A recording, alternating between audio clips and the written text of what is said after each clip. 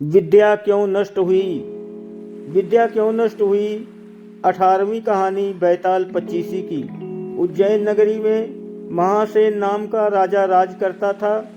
उसके राज्य में वासुदेव शर्मा नाम का एक ब्राह्मण रहता था, जिसके गुणाकर नाम का बेटा था। गुणाकर बड़ा जुआरी था। वो अपने पिता का सारा धन जुए में हार गया। ब्राह्मण ने उसे घर से निकाल दिया। वो दूसरे नगर में पहुंचा। वहां उसे एक योगी मिला। उसे हैरान देखकर उसने कारण पूछा तो उसने सब बता दिया। योगी ने कहा, लो पहले कुछ खा लो। गुणाकर ने जवाब दिया, मैं ब्राह्मण का बेटा हूँ, आपकी भिक्षा कैसे खा सकता हूँ। इतना सुनकर योगी ने सिद्धि को याद किया। वो आई। योगी ने उससे आओ भगत करने को कहा। सिद्धि ने एक कोने का महल बनवाया और गुणाकर उसमें रात को अच्छी तरह से रहा। सवेरे उठते ही उसने देखा कि महल आज कुछ भी नहीं है। उसने योगी से कहा, महाराज, उस स्त्री के बिना अब मैं नहीं रह सकता। योगी ने कहा, वो तुम्हें एक विद्या प्राप्त करने से मिलेगी और वो विद्या जल के अंदर खड़े होकर मंत्र जपने से मिलेगी। लेकिन जब वो लड़की तुम्हें मेरी सिद्धि से मिल सकती है तो तुम विद्या प्राप्त करके क्या करोगे? गुणाकर ने कहा, नहीं, मैं स्वयं वैसा करूँगा। योगी बोला, कहीं ऐसा न हो कि तुम विद्या प्राप्त न कर पाओ और मेरी सिद्धि भी नष्ट हो जाए। पर गुणाकर न माना। योगी ने उसे नदी के किनारे ले जाकर मंत्र बता दिए और कहा कि जब तुम जप करते हुए माया से मोहित होगे तो मैं तुम पर अपनी विद्या का प्रयोग करूंगा। उस समय तुम अग्नि में प्रवेश कर जाना। गुणाकर जप करने लगा।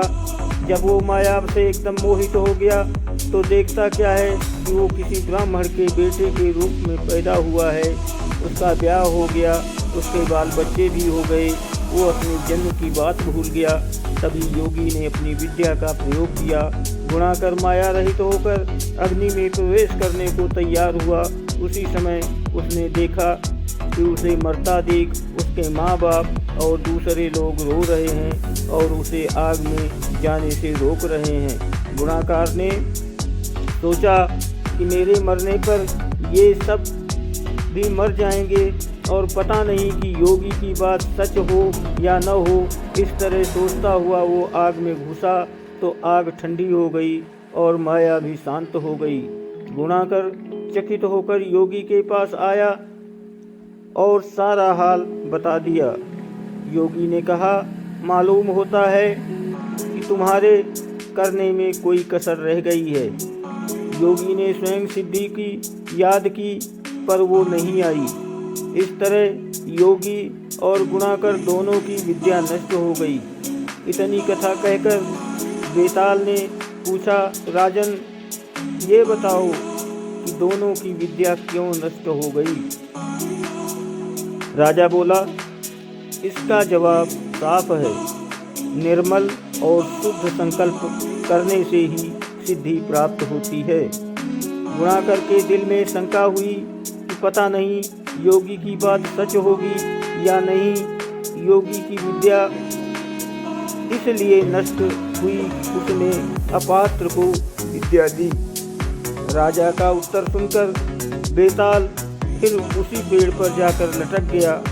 राजा वहां गया और उसे लेकर चला तो उसने आगे ये कहानी सुनाई। दोस्तों, ये कहानी मैं आपको अब आगे सुनाऊंगा। कृपया आप कहानी सुनिए। आपको नई नई कहानियाँ मिलती रहेंगी। आपकी बहुत मेहरबानी। आपको बहुत बहुत बहुत धन्यवाद।